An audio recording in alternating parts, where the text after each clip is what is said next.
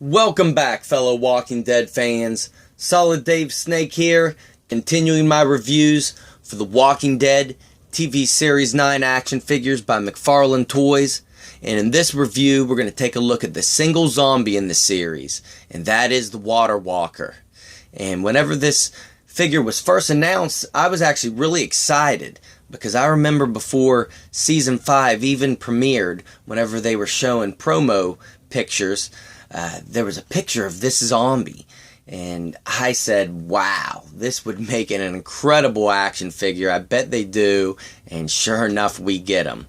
And this zombie is from episode 2 of season 5, whenever Rick and some others went with Father Gabriel to search for some food. They went into a basement that was flooded, and this walker and a couple other waterlogged walkers were down there.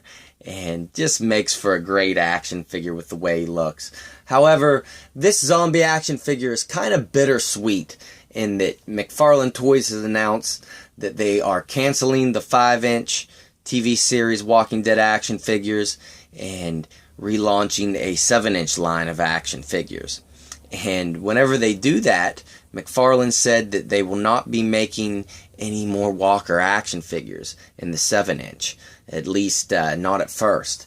And that's horrible news. I mean, what are the Walking Dead action figures going to be without some zombies to go with them? So, kind of bittersweet. This is the last one we get in the 5-inch. So, keep voicing your opinion on McFarlane's page, and hopefully we can get this 5-inch line back. But let's just get right into this action figure now. And the zombie action figure in this series actually comes with some of the coolest accessories out of any of the figures in this series.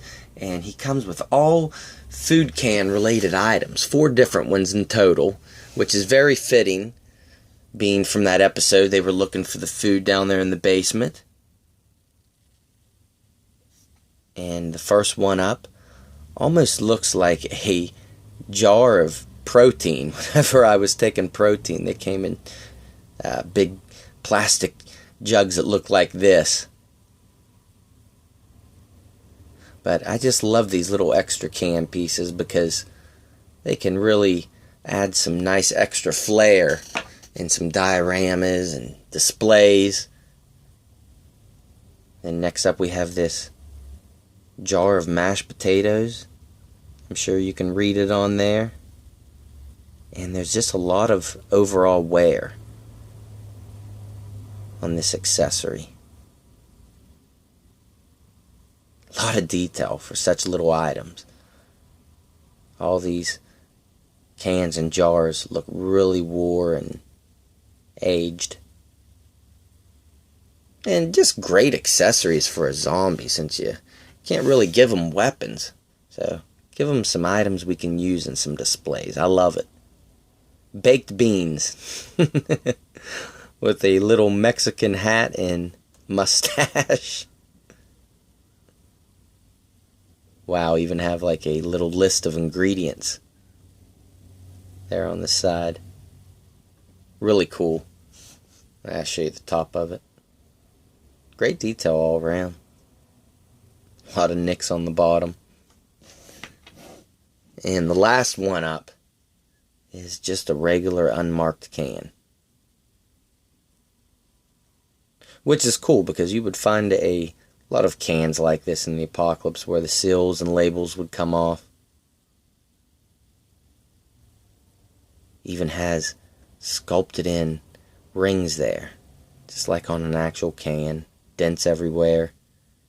Great detail on such a small accessory.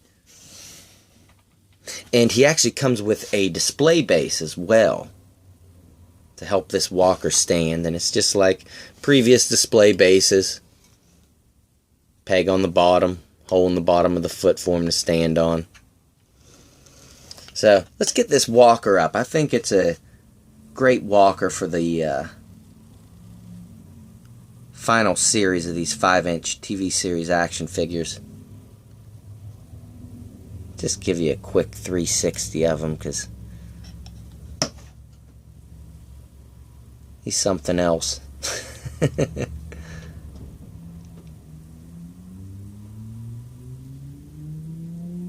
Just gore galore. Now let's get in up close on this guy's ugly mug. I mean, there's just a lot going on here with the sculpt. It looks like his face is just melting off. So waterlogged it is just sagging down. And of course, his chin would normally end here, but you have all this extra skin hanging down from it being so waterlogged. And one thing I really love about this head sculpt is you can actually see his jawbone right here. And then down below it is the actual skin and all the fat and tissue that was previously on there. You can even make out a beard or goatee where the black is right there. That's what that's supposed to be. So that's a really neat effect.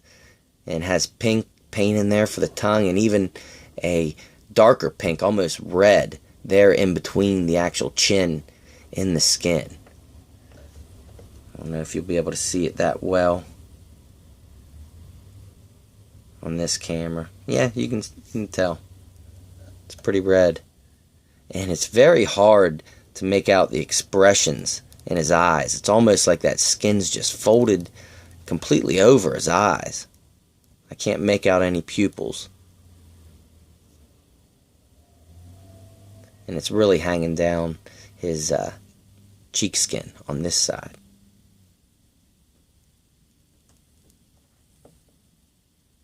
And they did a good job on the zombie's hair.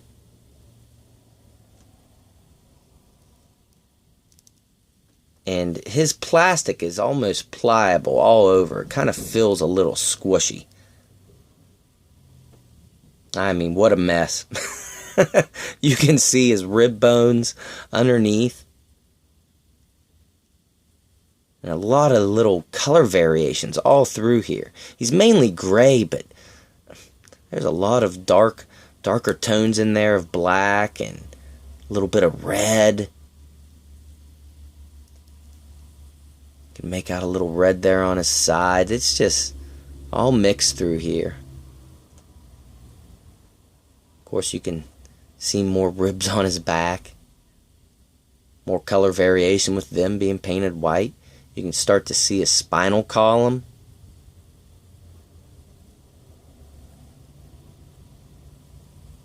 Just a real gruesome figure.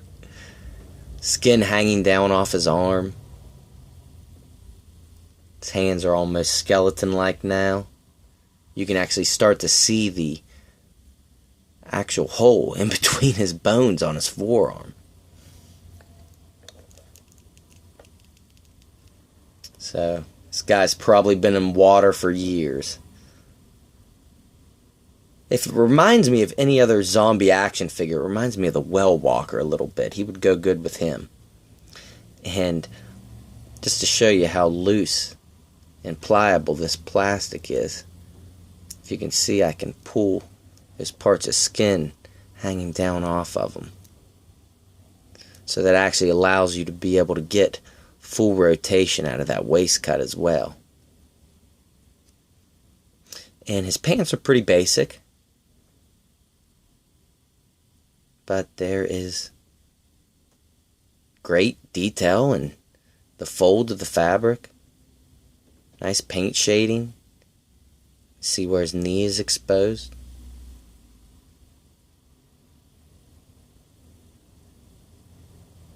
Bottom part of his leg almost looks like a skeleton on this right side.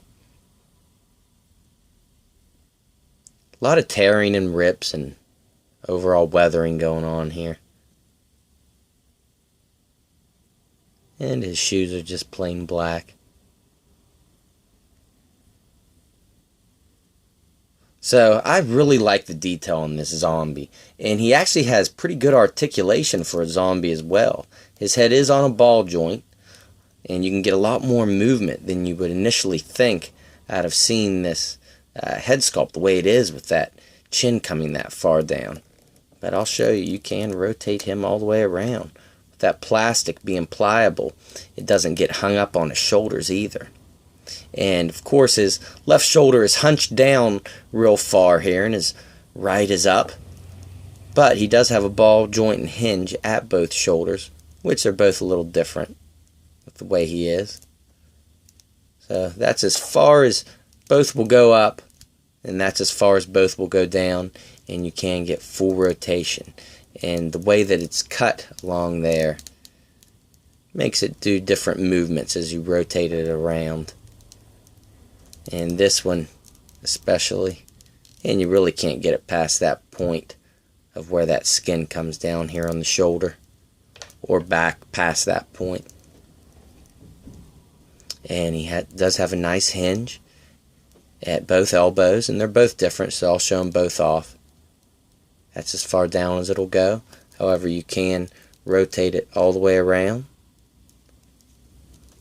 And on this side, you can get it really far up and back straight, and rotate all the way around.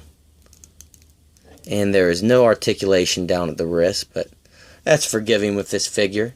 And you can actually get complete rotation there at the waist, as I promised, because that plastic is so pliable down there with the skin hanging off.